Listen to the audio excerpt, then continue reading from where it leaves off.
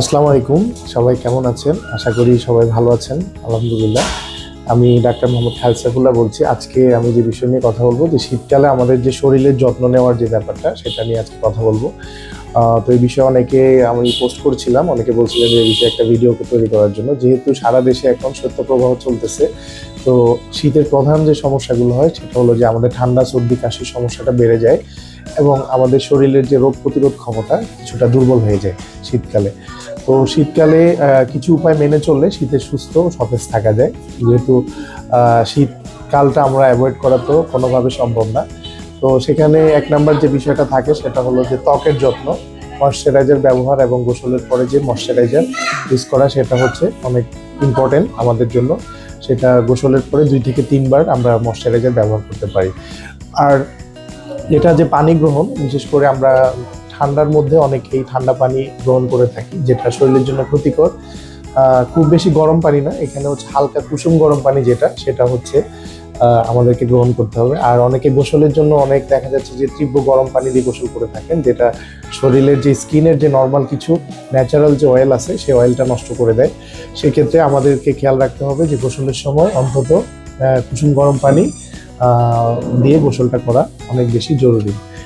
শীতকালে আরেকটা জিনিস হয় যেটা হচ্ছে আমাদের ঠোঁট ফাটা এবং হচ্ছে ভিটামিন সি অভাব দেখা দিতে পারে। সেক্ষেত্রে আমাদের ভ্যাসলিন সহ বিভিন্ন রকম ঠোঁটের যে ময়শ্চারাইজিং যে ক্রিমগুলা আমরা সেটা ব্যবহার করতে পারি। আর অবশ্যই পোশাকের দিকে যে খেয়াল, যেটা হলো যে আমাদেরকে শীতের যে কাপড়ের যে খেয়াল রাখার যে ব্যাপারটা আছে সেটা অবশ্যই রাখতে হবে। ঠিক আছে। তারপর হচ্ছে প্রাকৃতিক যে ন্যাচারাল যে সুতি এবং উলের কাপড়গুলো আমাদের ত্বকের জন্য আরামদায়ক, সেগুলো আমরা শীতকালে ব্যবহার করতে পারি। তো এখানে যে খাবারগুলোর প্রতি বেশি গুরুত্ব দেওয়া হয়েছে সেটা হলো যে ভিটামিন সি এবং জিঙ্ক সমৃদ্ধ খাবার, বিশেষ করে লেবু, কমলা, পাতিলেবু এবং ডাল, বাদাম ইত্যাদি আমাদের রোগ প্রতিরোধ ক্ষমতাটা অনেকাংশে বাড়ায়। এবং গরম খাবার এবং গরম পানীয়, বিশেষ করে স্যুপ, হালকা গরম পানি, বিশেষ করে আদা, তুলসী এবং মধু মিশিয়ে আমরা পানি খেতে পারি, যেটা আমাদের শরীরের জন্য অনেক বেশি উপকারী। এবং ওমেগা-3 ফ্যাটি অ্যাসিড বিশেষ করে জয়েন্টের শুষ্কতা কমায়। এবং পর্যাপ্ত পানি, বিশেষ করে শীতকালে পানির পিপাসাটা কম লাগে, তারপর আমাদেরকে 3 থেকে 4 লিটার বা যদি পারতপক্ষে 2 থেকে 3 লিটার পানি আমাদের পান করা জরুরি। এবং বিশেষ করে যারা শরীরের যে উষ্ণতা বা এটার পাশাপাশি যে ব্যায়ামের যে করার যে টেন্ডেন্সিটা সেটা অনেকাংশে কমে যায়, সেটা আমাদেরকে বাড়াইতে হবে। বিশেষ করে সকালে আর্লি মর্নিং আমরা যদি 15 থেকে 20 মিনিট রোদে বসলে কিছুটা ভিটামিন ডি এর ঘাটতি পূরণ করতে পারি, সেক্ষেত্রে আমাদের ভিটামিন ডি এর ঘাটতি এবং পাশাপাশি হচ্ছে হাড় ও আমাদের যে মানসিক যে মেন্টাল হেলথ সেটাও অনেকাংশে ভালো থাকে। এবং যে ঘরের যে পরিবেশ, সেক্ষেত্রে আমরা হিউমিডিফায়ারও ব্যবহার করতে পারি শীতকালে।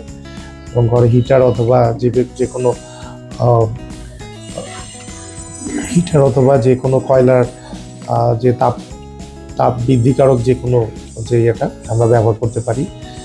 পাশাপাশি হচ্ছে আমরা রেগুলারলি যে হাত ধোয়া এবং বিশেষ করে আমাদের যে ঘুমের যে টাইমিংটা আছে 7 থেকে 8 ঘন্টা, সে ঘুমের যে টাইমিংটা আমরা ঠিকমতো ঘুমানো। এবং পাশাপাশি যে শীতকালীন যে আমরা ইনফ্লুয়েঞ্জা সহ বিভিন্ন টিকাগুলো আছে এই ফ্লুগুলার টিকাগুলো আমরা ডাক্তারের পরামর্শ নিতে পারি। পাশাপাশি হচ্ছে অনেকেই বিশেষত যে বিষয়গুলো মেনে চলতে হবে, 1 নম্বর হচ্ছে ঠান্ডা পানিগুলো এড়িয়ে চলতে হবে, গরম পানি দিয়ে মুখ ধোবেন, অতিরিক্ত মিষ্টি বা তৈলাক্ত খাবারগুলো হচ্ছে কম খাবেন। এবং বিশেষ করে যাদের ত্বক শুষ্ক, ফাটা এবং হচ্ছে স্কিনের সমস্যা আছে তারা হচ্ছে ময়শ্চারাইজার সহ অন্যান্য ক্রিমগুলো ব্যবহার করবেন।